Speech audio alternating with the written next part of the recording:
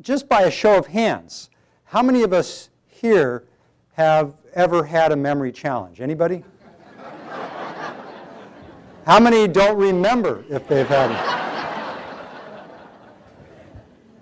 You know, you have no idea the pressure I'm under being a memory expert.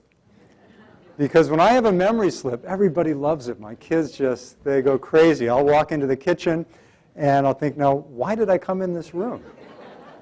Which is not a problem because I'll just get a snack. It's pretty good. So I'm going to talk about memory, and I'm going to talk about some of the science that we've been doing at UCLA. And I'm going to talk about what we can do right now to improve our memory, to improve our brain health, possibly even to stave off or delay the onset of illnesses like Alzheimer's disease, which we all dread. And I'm also going to talk about how when we start to take care of our brains, it turns out it helps the rest of our bodies. And if you can fix your brain for longevity, the rest will follow. So when we get done today, I would hope that most of you have a few tools to do a little better with your everyday memory challenges, which are really quite common. Now, to put this in perspective, I always like to show this picture of healthy aging. And this is what I want to be doing when I'm in my 70s. The chances are I will not be doing this because I've never pole vaulted in my entire life. So the point is, there's a certain amount of genetic predisposition as far as how well and how long we live. So genetics are important. Yet there's a lot of variability in what we can achieve. If you look at this slide, this is quite interesting. You see John Kelly over here on this side at a young age, at 27, he completed the Boston Marathon in about 2 hours and 40 minutes. And he kept running throughout his life. And when he was 83, he completed it in about twice the time, about 5 hours and 40 minutes. But look at Ed Whitlock. In his 70s, he completed the Boston Marathon in about the same amount of time that Kelly did in his 20s. So huge variability. Now, I'm sure many of you know who this is, right? Who is this? Very good, thank you, David Crosby. I just gave a talk at my son's middle school, and one person knew who it was. What happens as we age, our bodies change. And here's David Crosby today. And I went to his concert recently, and he could still harmonize. He sounded great. It was a lot of fun. But his voice was not as crisp. The harmony was not as perfect as it used to be. And you can see his hair is gray. He's probably happy that he has hair. But these are typical physical age reminders.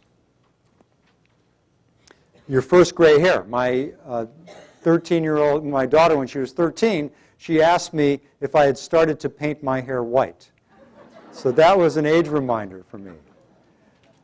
The first time someone calls you Mr. or Ma'am, right? That's a wake-up call. Sir, that's very hostile.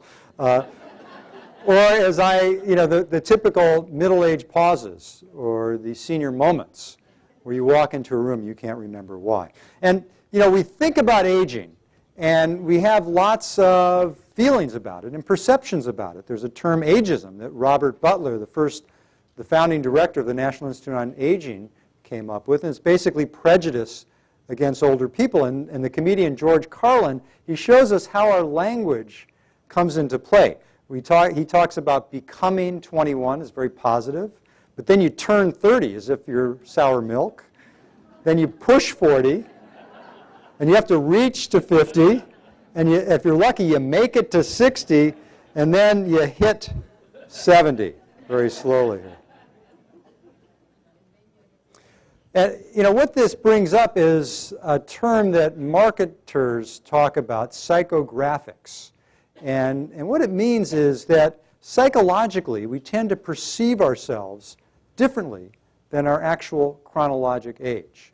So today's baby boomers, people in their 50s and 60s, tend to perceive themselves as much younger, maybe in their 20s and 30s. There's a lot of baby boomers today, and this is why these issues, I think, are becoming so pertinent, the issues about brain and body aging. So there's about 80 million of us, and we're also a very diverse group, from George Bush to Bill Clinton to Cher and Donald Trump. So what these baby boomers have in common certainly is that some cohort effects, some shared values, and also a greater life expectancy than people born earlier. The average age expectancy of a child born in 1935 was 61 years. Today, it's 77 years. And in fact, if you reach 65 or 70, you can expect to live much longer if you get to that age. Now, I mentioned that genetics are important, but an important point I want to emphasize tonight is that it's not all about genetics. It's not all about our parents. In fact, if you look at the studies of healthy or successful aging, the MacArthur study of successful aging and others, you find that there's a formula as to what determines cognitive and physical health as we age. And in general, about 1/3 comes from genetics, what we inherit, and about 2/3 comes from non-genetic factors. And we're beginning to learn about those non-genetic factors, how the environment comes into play, and how lifestyle can be very important. That's really what I'm going to emphasize this evening, the different lifestyle choices we can make to protect our brains and to protect our bodies.